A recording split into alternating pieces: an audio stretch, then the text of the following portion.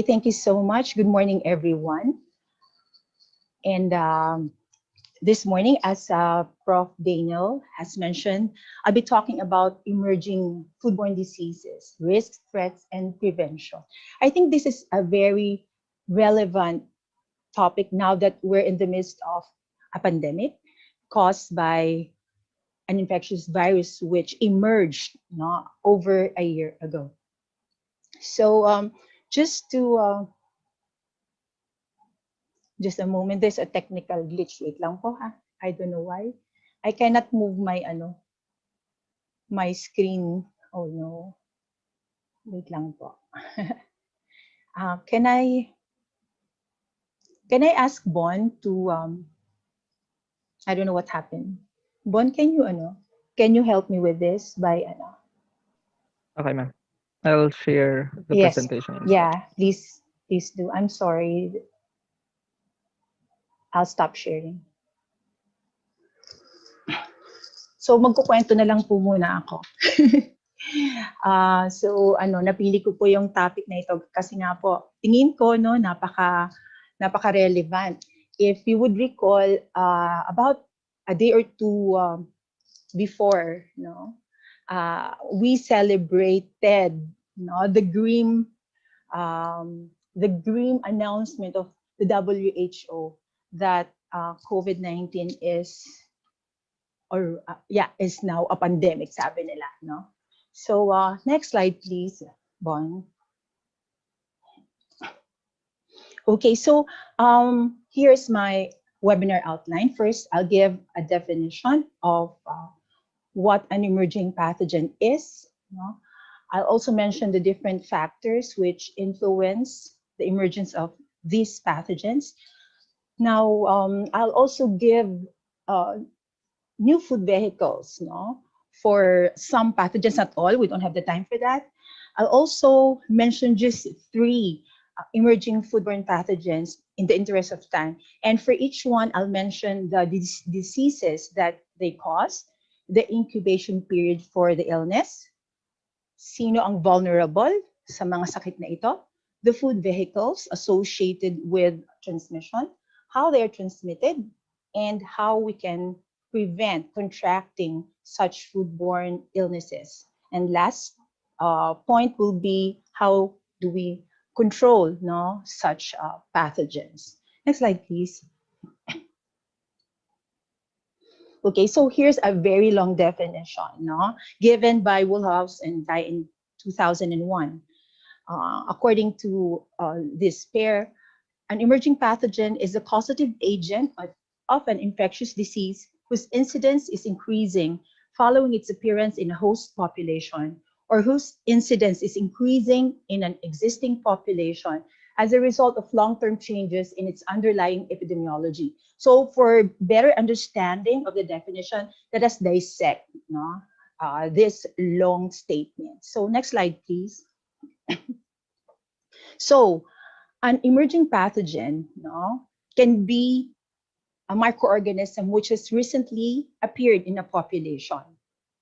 It can be an already established pathogen which has found new food vehicles of transmission. It can also refer to those which started to increase rapidly, either in incidence or geographic range. Next slide, please. Now, there are various determinants which affect the emergence of these pathogens, and we'll discuss them in more detail in the next few slides.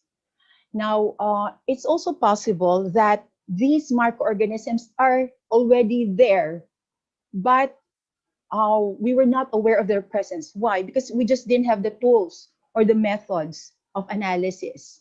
Okay, so that's also a possibility. Next slide, please. Okay, so in 2003, Smolinsky and his group proposed this particular model to explain how different determinants or factors coalesce or converge so that a pathogen can emerge or will emerge. Okay, so at the center, Okay, walang pointer sa klase. Okay, at the center of the model is a box representing the convergence of factors leading to the emergence of an infectious disease. The interior of the box, no, as you will see, is a gradient flowing from white to black.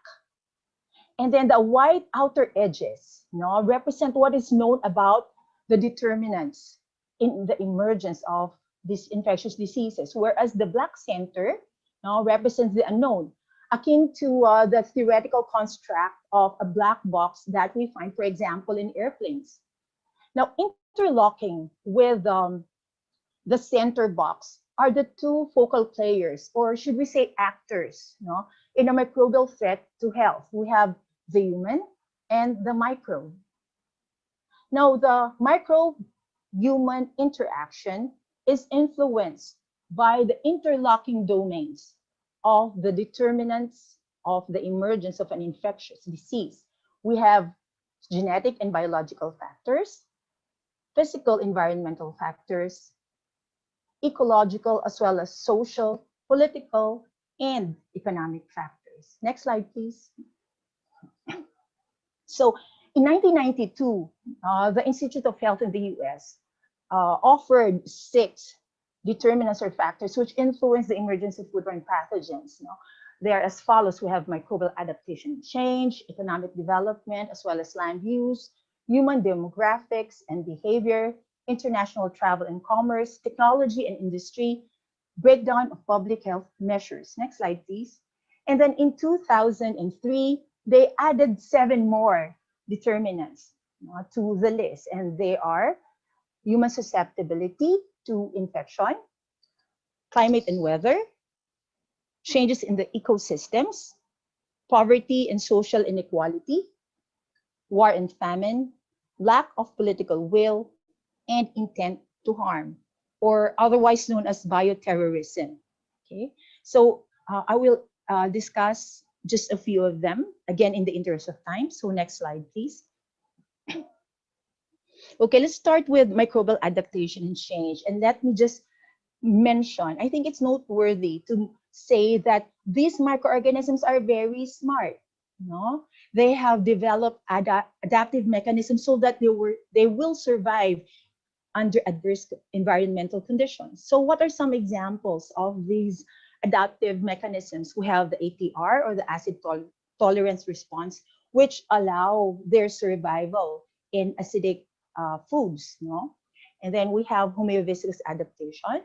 Okay, this allows growth in the cold. And then we have another example, accumulation of compatible solutes. I will explain this in more detail when I discuss one emerging pathogen. And then number 2, let's digress from foodborne infectious pathogens, no? Foodborne pathogen. Di ba, ngayon napakarami ng variants ng COVID-19. We have ng SARS-CoV-2. We have British variant. We have South African variant, no, Brazil variant. Why? Because these pathogens have the ability to continually undergo genetic changes. No, they acquire new virulence factors.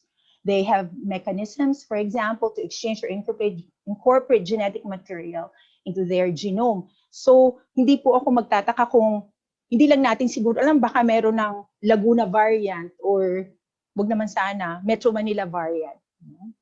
Okay, hoping na wala po, no, but that's a possibility. Okay, so next slide, please. Okay, with regards human demographics and behavior, we have the following determinants. We have rapid movement from rural to urban settings. No, so we know for a fact that when people from rural areas, no, move to the mega cities, usually they move to slum areas, no, nakakalungkot, no? And in those areas, you know, there is hardly any sanitation and hygienic practices to speak of, no, more often than not. And then this is kind of a paradox, no? Look at this. Increases in life expectancy. Bakit, no? because of modern medicine, humahaba ang buhay ng tao. And because of the aging population, we have more people who are vulnerable or susceptible to infectious diseases. Now, another result or consequence of that paradox, no? There's a growing number of immunocompromised people. Why? Because ngayon nagagamot na ang cancer, no? There is therapy available for AIDS victims. But the thing is, these people are immunocompromised. No? So again, they are susceptible to infectious diseases. And then ito, bakit kasali yung increase in the number of children in daycare centers? So just a short background on that. When women, no, we celebrated International Women's Day. I think that was Monday. So happy Women's Day sa mga kababaihan. So when women started joining the workforce, they had no choice but to leave their children in daycare centers. Okay, and if you just Google outbreaks, which transpired in such facilities, you will see outbreaks of shigellosis, outbreaks of Hepa A, and norovirus, and many others. Why? Because sama-sama sila no? Minsan maliit yung facility, and people there are in very close contact with one another. Okay, so regarding human behavior, I'll give examples in the next slide. Next slide, please, Bon. Okay, so eating habits, no? So currently there are some trends in vogue. For example, because people think that chemical preservatives are bad, no? There's now this preference for minimally processed foods, no? Also organic foods. I'm not saying organic foods are bad. It's just that a lot of them have been implicated in foodborne outbreaks, no? Also ingestion of unpasteurized milk, as well as dairy products which were derived or produced from raw milk. Also, there's a trend, in Japan.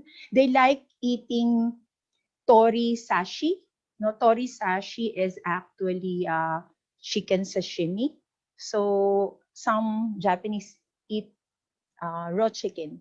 You can just imagine Salmonella and Campylobacter, in those raw chicken pieces. Okay, next slide, please.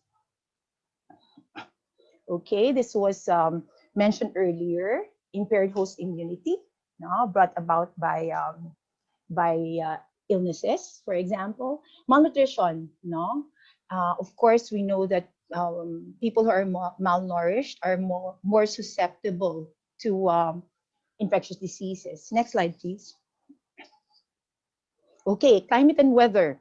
Okay, a lot of people do not believe in global warming, but the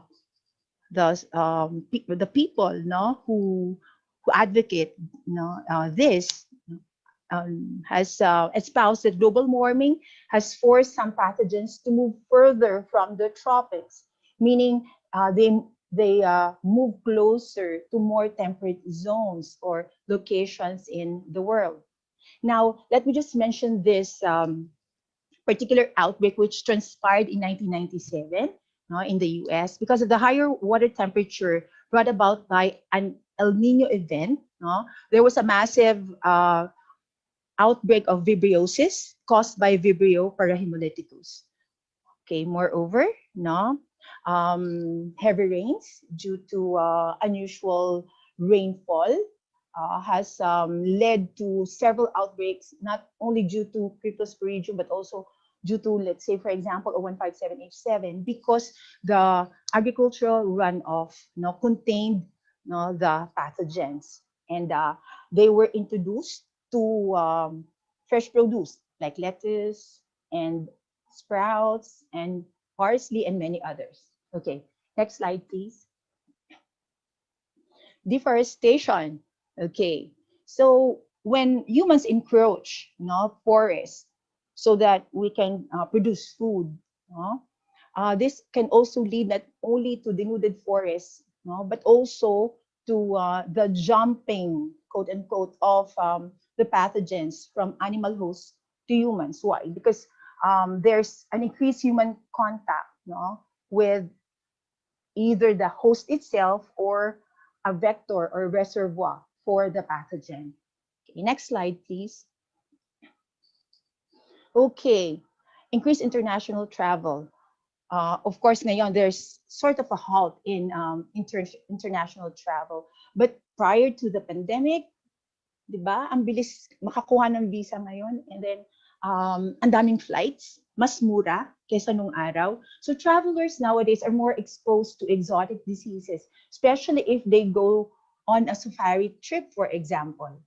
Also, at the other end of the spectrum, travelers may also spread disease rapidly to new and distant geographical areas, no? Especially if they are asymptomatic carriers.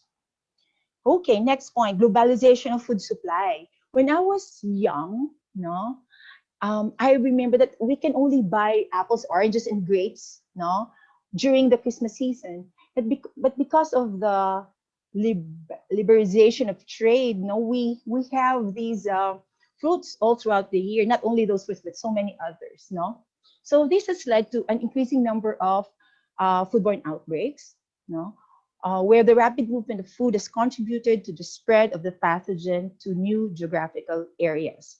Okay, so for example, in the US, diba, there are 4 seasons, and during the winter, the cold winter months, they're not able to plant and harvest, so they tend to import foods from neighboring countries, no? Like Mexico, for example, and also from other developing countries. Doon nag-uumpisa, no, yung outbreaks nila. Now, so many in literature. Okay, so next slide, please.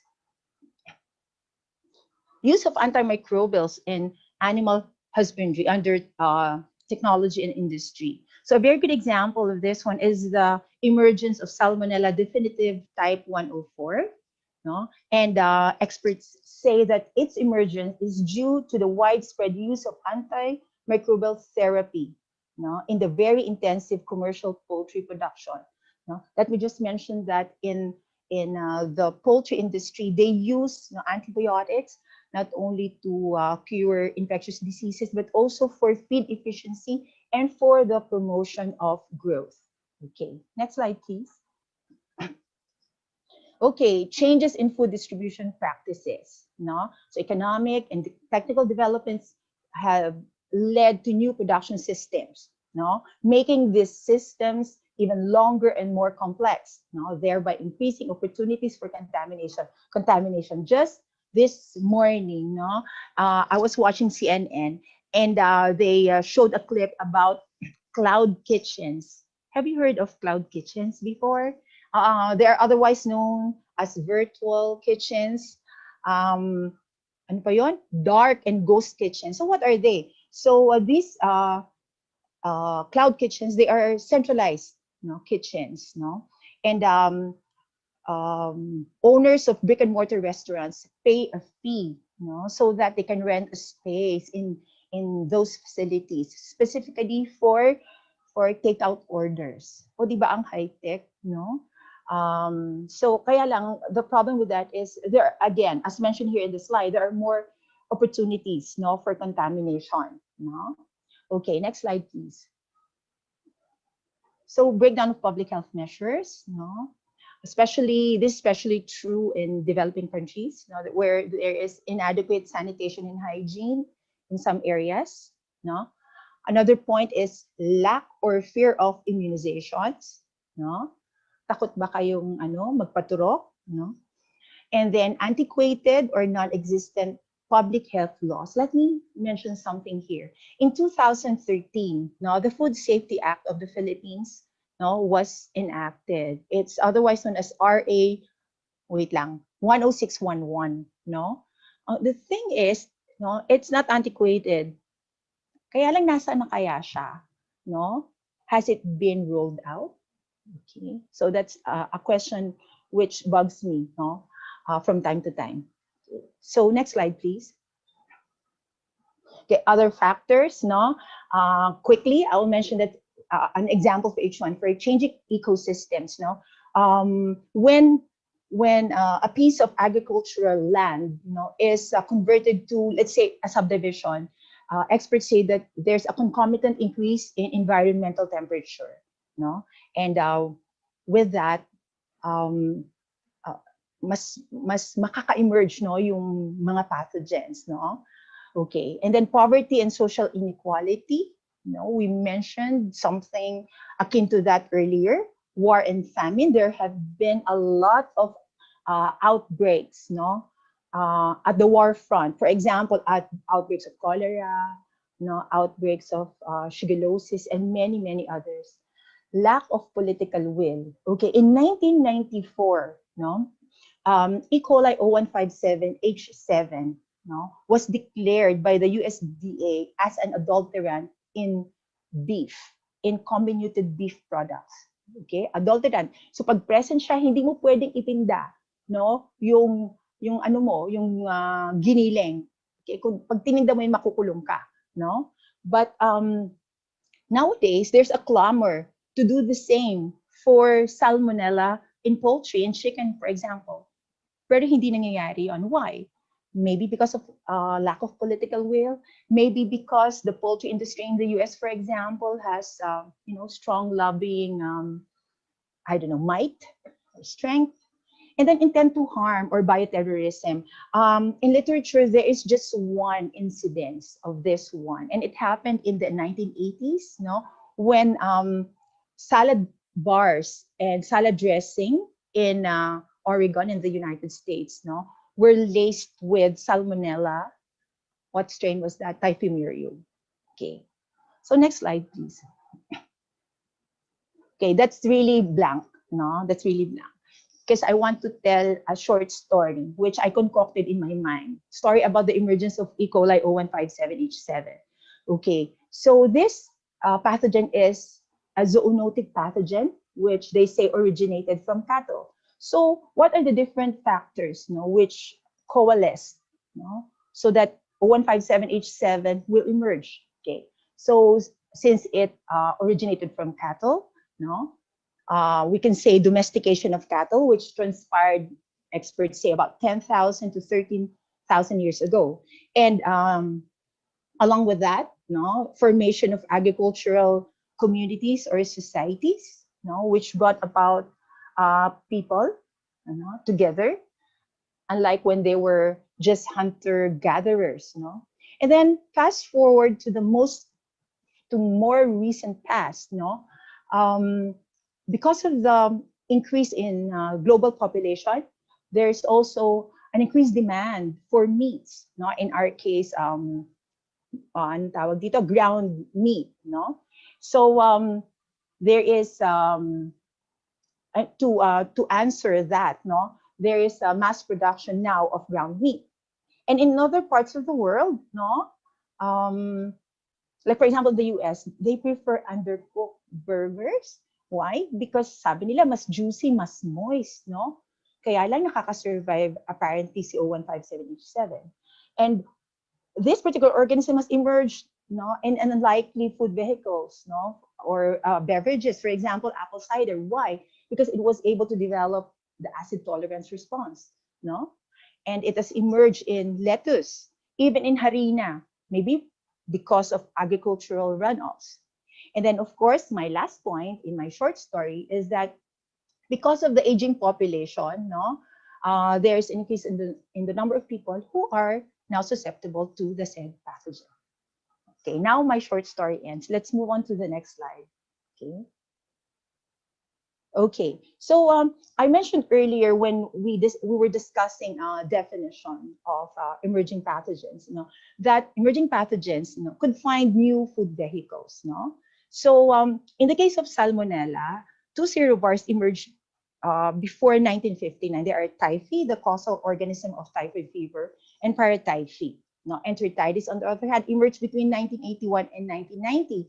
And the traditional food vehicles were poultry, pork, other meats, eggs, fresh produce, and raw milk.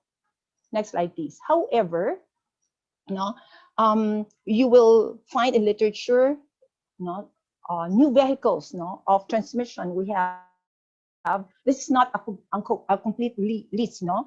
We have peanut butter, for example, pistachios, sprouts, organic shake, no, even papayas, no, Miradol papayas, so many others. No. Next slide, please. So we have Clostridium botulinum. On the other hand, no, there are 7 types, no, A to G, but types A and B emerged before 1959, and the traditional food vehicles for botulism, no, is home canned foods. Okay, so next slide, please. Okay, so nowadays, no, in literature you will find new vehicles like bottled pesto, baked potato. There's a note here, wrapped in foil. Why? We know that CBOT, no, as we call it, is an anaerobe, no. So the wrapping in foil would promote, no, would promote what do you call this, growth and subsequent toxin production by the organism. Are you familiar with pruno? No? So pruno is actually prison hooch or alcoholic beverage. Prison sa preso, no, sa kulungan. So in many parts of the US, no, gumagawa sila ng alak sa kulungan, no, yung prisoner. So they collect leftover fruits, for example. However, the problem is they add potato to the mix, no? You know, potatoes, they may contain spores of the organism, and then they place the mix inside Ziploc bags, and then they just leave it to ferment, no, at room temperature. Okay, so after a while, yon, nakakaproduce ng botulinum toxin. Tapos pag ininom nila, either ma-hospital sila or mamamatay, no? Nauuna yung kanilang life sentence. And then there was also an outbreak, no, a few years back involving cheese sauces in dispensers, no, in those big dispensers found in convenience stores, no, in gasoline stations in the US. Next slide, please. No, okay. Listeria monocytogenes, no, first emerged in 1983, and the food vehicle was coleslaw. However, it is more closely linked with soft cheeses, deli meats, and unpasteurized milk. Next slide, please. However, again, it has found new vehicles in the form of ice cream, even packaged minimally processed salads, frozen veggies, caramel apples, sprouts, even cantaloupes, and many others. Again, this is not a complete list. Next slide, please. So as I mentioned earlier, I will be discussing just 3 emerging pathogens. The first one is Cronobacter species. In older literature, it is otherwise known as Enterobacter sakazaki, and prior to that, it was known as yellow pigmented Enterobacter cloacae. Now, there are now 7 known species under Cronobacter. However, those of interest are Sakazaki, Malunaticus, and Turicensis. Now, these pathogens cause neonatal meningitis, meningoencephalitis, necrotizing enterocolitis, and septicemia in infants. So, bakit nagkukause sila ng septicemia? No? Because with necrotizing enterocolitis, there is a possibility that the bowels, the intestines, will get perforated. So, of course, makakalabas yung mikrobyo at makakadaloy, no, sa dugo ng mga victims. Now, in the US, the Centers for Disease Control and Prevention reports about 4 to 6 annual cases. And in the Philippines, the World Health Organization reported 237 cases between 1998 and 2007. Let me just mention that those are from Sentinel hospitals. Next slide. Okay. Food vehicles, dry milk products, cereals, pork, venison, and wheat flour. Now, remember earlier I mentioned that I'm going to elaborate more on compatible solutes. Now, for this organism, now it's able to accumulate the following compatible solutes. We have, according to literature, we have trehalose, potassium, and glutamic acid. So what do they afford, this particular organism? So when the organism accumulates these compatible solutes, the solutes act as osmoprotectants by increasing or equilibrating the intercellular osmotic pressure with the environmental osmotic pressure. Okay, so that's how they survive, or how the organism survives under low AW environments. Next slide, please. Who are vulnerable? The infants, especially the premature babies, unfortunately, and then the older people and those who are immunocompromised. Next slide, please. How is the organism transmitted? By consumption of contaminated food or milk, beverage. Next slide, please. Now, how do we prevent contracting infections caused by the said organism? I advocate for breastfeeding, so that's number one in our list, breastfeeding. Now, in the Philippines, liquid infant formula is not in vogue. It's not popular. So, but if you do have it, that's better than making timpla your powdered infant formula.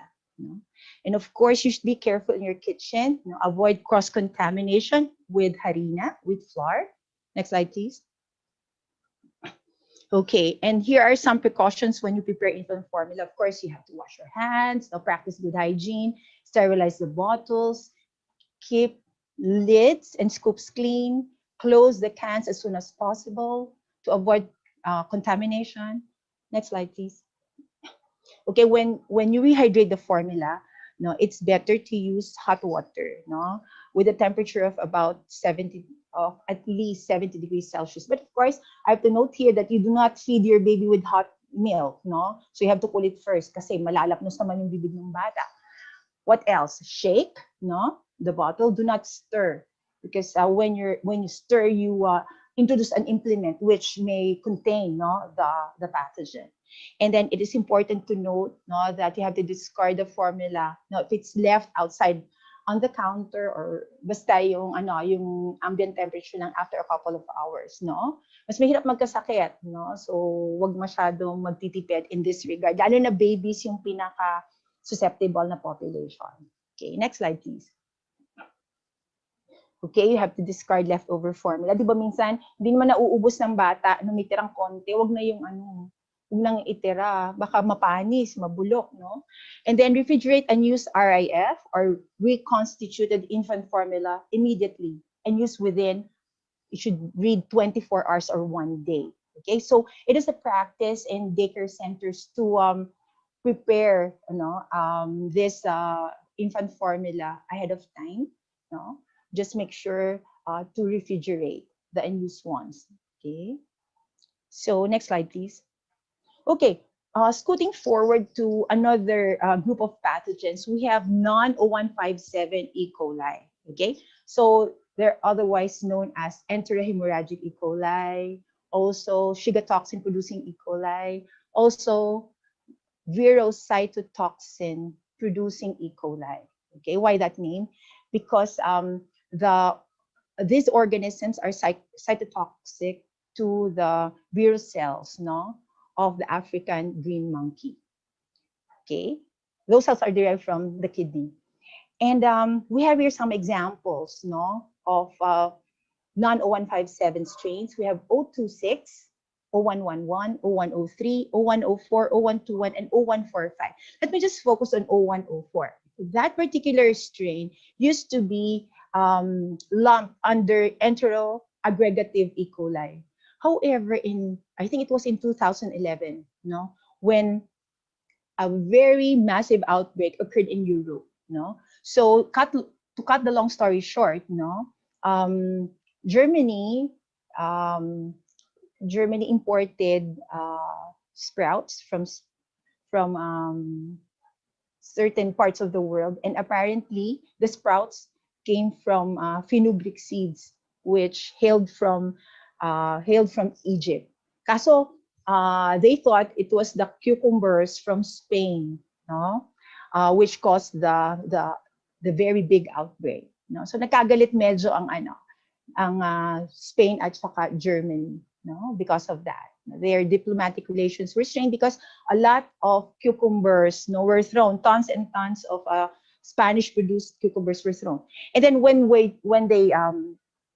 they did an investigation, no, it was found out that again, no, the food vehicle was the sprouts made from fenugreek seeds, and these sprouts contained O104. And apparently, no, O104 has acquired, no, the STX gene or the Shiga toxin genes, no, thereby thereby making it more virulent. Kaya yung ibang experts, nilagay na nila ito sa under STEC strains. Okay.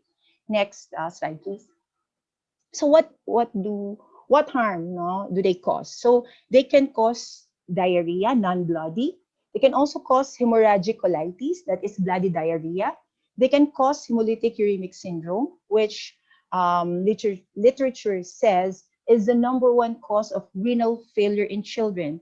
They also cause thrombotic thrombocytopenic purpura, no, and this one is more fatal because apart from the kidney, it also involves the brain. Okay, next slide, please. Incubation period for the diseases is between 2 to 8 days. No, now the problem is HUS or hemolytic uremic syndrome develops around 7 days after ingestion of the contaminated food, just when you think that you're getting well because diarrhea is clearing out. Okay, next slide, please. In the US, CDC estimates 265,000 annual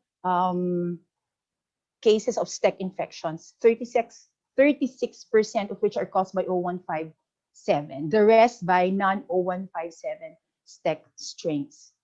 Next slide, please. Who are vulnerable?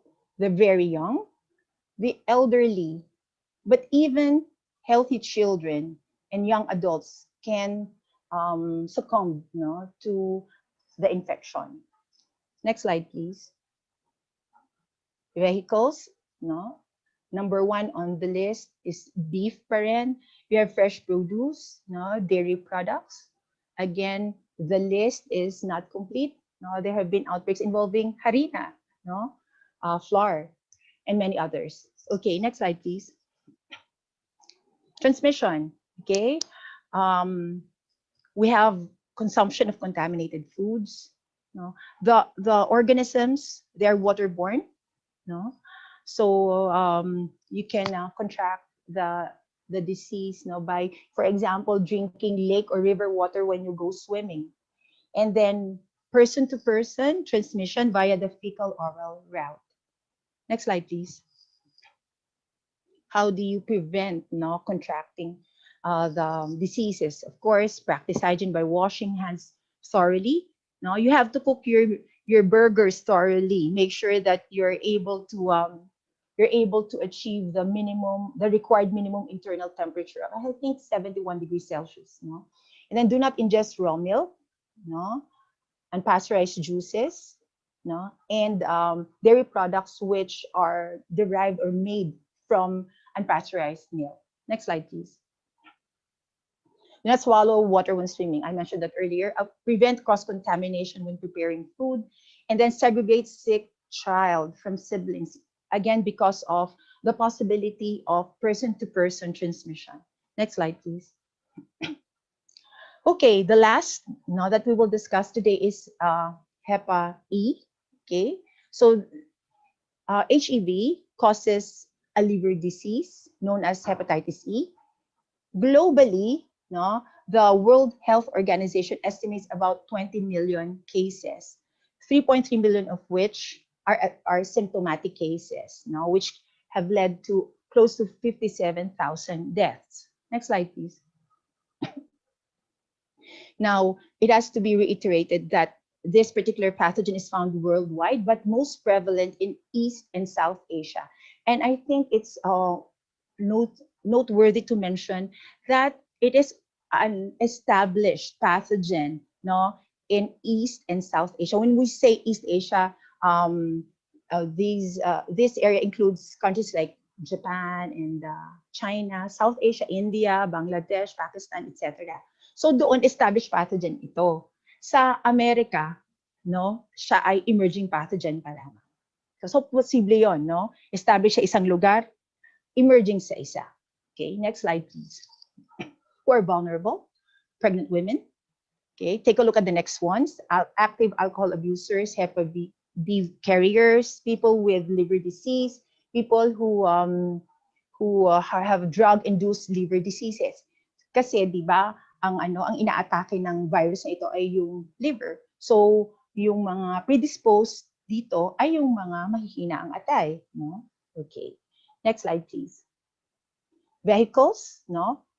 Pork products, especially pork liver. Game meats, for example, venison, which is the meat of deers, no? There is also anecdotal evidence, no, which mentions that shellfish and fresh produce can serve as vehicles for Hepa E transmission. Next slide, please. Okay, so there are now 4 known genotypes of Hepa E. We have 1, 2, 3, and 4. No? Now, genotypes 1 and 2 are transmitted via the fecal oral route, whereas genotypes 3 and 4 are transmitted by consumption of, let's say, undercooked pig or game meats or undercooked liver. Next slide, please. Okay, so there is a possibility, that the pathogen can be transmitted from a pregnant woman to its fetus. No, that is via vertical transmission. Also, it's possible to transmit the virus via transfusion of infected blood products, unfortunately. Okay, just like Hepa B, and the others. Okay, next slide, please. Incubation period is rather long, 2 to 10 weeks. And what is the problem with that? Take a look at the second point. It may be shed a week before and 3 to 4 weeks after onset of symptoms. So, dala mo na yung pathogen sa katawan mo, no? Ini-excrete mo na siya, hindi mo pa alam, no? So, there's also a known asymptomatic carrier state, just like with Hepa A. Next slide, please. The symptoms, are akin to Hepa A symptoms. We have a lot: fever, fatigue, loss of appetite, nausea, joint pain. Next slide, please. I have 3 slides just for the symptoms. Vomiting, abdominal pain, dark urine, clay-colored stools, itching, skin rash, jaundice. I think you're familiar with jaundice. It's yellowing of the skin and the eyes. And of course, hepatomegaly, which is actually inflammation or enlargement of the liver. Okay, next slide, please. The disease itself, hepatitis E, is usually self-limiting. That's why it goes unreported. But there's always that possibility that it will worsen, or develop into fulminant hepatitis, otherwise known as liver failure. Next slide, please. Now, prevention approaches. So avoid drinking unpurified water. Do not eat raw pork, and other game meats. Cook liver thoroughly. And then, okay, this last point is kind of controversial. Why? Because there's a commercially produced vaccine for Hepa E. Sinong gumawa? Chinese. So it's only available now in China. Now, they're not sharing it with the rest of the world. Unlike yung share nila ngayon yung Sinovac sa buong mundo. I don't know why they did not, and they don't do that for this said vaccine. Okay, next slide, please. Okay, so we're just scratching the surface, so to speak. There are so many other emerging pathogens. We have non-gastric Helicobacter, non-jejuni, coli, Campylobacter species, Clostridium difficile, which was formerly known as Clostridium difficile, several protozoans, helminths, And next slide, please. Okay, that's really blank, That's really blank. Can you go back to, yeah, okay. So let me just mention, no, that we're, as I've mentioned, not, we're barely scratching the surface. I did not even include in my slides, no, the diseases caused by fungi. So mycotoxins, they're a big problem in the world, no. We're more familiar with aflatoxins, no, but several other mycotoxins now pose, no, um, threats to human and animal health. And what are they? They include ochratoxin, zearalenone, fumonisin, trichothecins, deoxynivalenol, and many others. Okay, next slide, please. Okay, so how do we mitigate and control? No, so I'm offering here some approaches which uh, was was actually gleaned, no, from Van Deventer's what do you call this article, no, published by the FAO, or the Food and Agricultural Organization of the United Nations. So first, we have surveillance, which is defined as a systematic collection and use of epidata for planning, implementation, and assessment of disease control. So under this, no, sana, no, wish ko lang, sana may implementation of a global information system. No, there should be uniform methods of surveillance, no, in all countries in the world, no? And sana matulungan din yung developing countries kasi kulang tayo sa resources, no? So provision of assistance to developing countries and expansion of international reporting. Hindi lahat ng sakit, infectious diseases ay nire-require na i-report sa mundo, no? If my memory serves me right, only cholera, no, is reported internationally. Okay?